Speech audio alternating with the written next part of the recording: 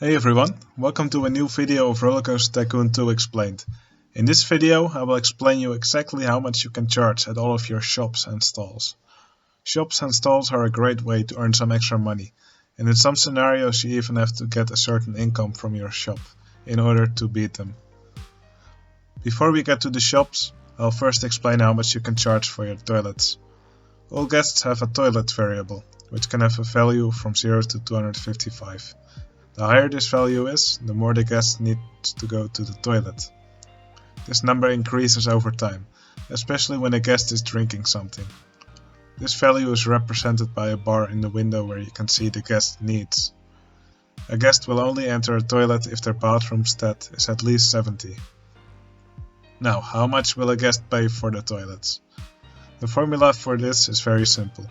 It's simply the guest's toilet stat divided by 400 and then round it down. Since the guests will only enter the toilet when their bathroom stat is at least 70 and the maximum bathroom stat is 255, this gives us a range from 0.18 to 0.64. If we round these numbers down, we get a price range from 10 to 60 cents. I usually charge 20 cents for my toilets, and I never really see any guests complaining. 20 cents is usually enough to make your toilets profitable. Be aware that guests lose a little bit of happiness every time they encounter toilets they consider overpriced. Now that the toilets have been discussed, let's take a look at other shops and stalls. In the game code there are several variables that control the amount of money guests are willing to pay for shop items. Each shop item has a cost per item, an initial price, a base value, a hot value and a cold value.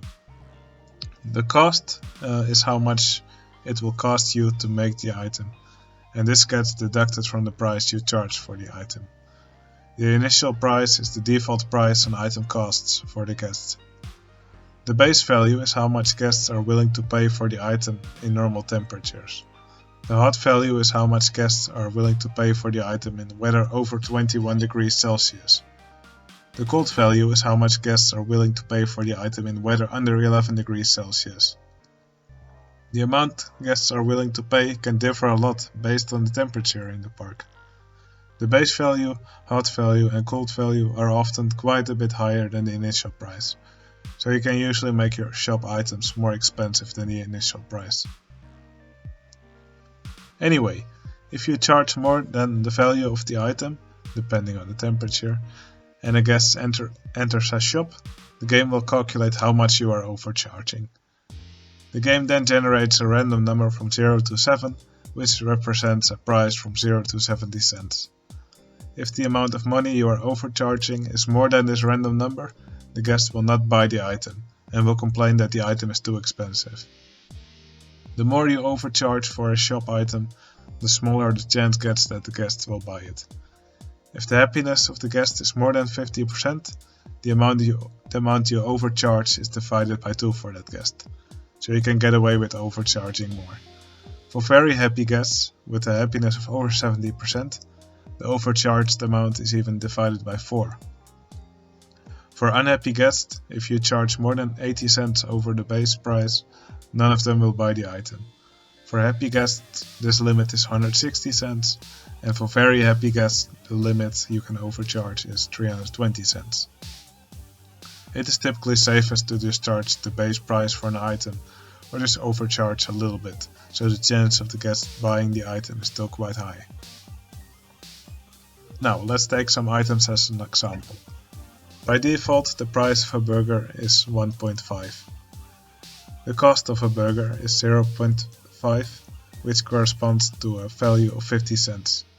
This means that every sold burger earns you 1.5 minus 0.5, which equals 1. The base value of a burger is 1.90. This means that you can safely charge 1.90 for a burger, which gives you a profit of 1.40 instead.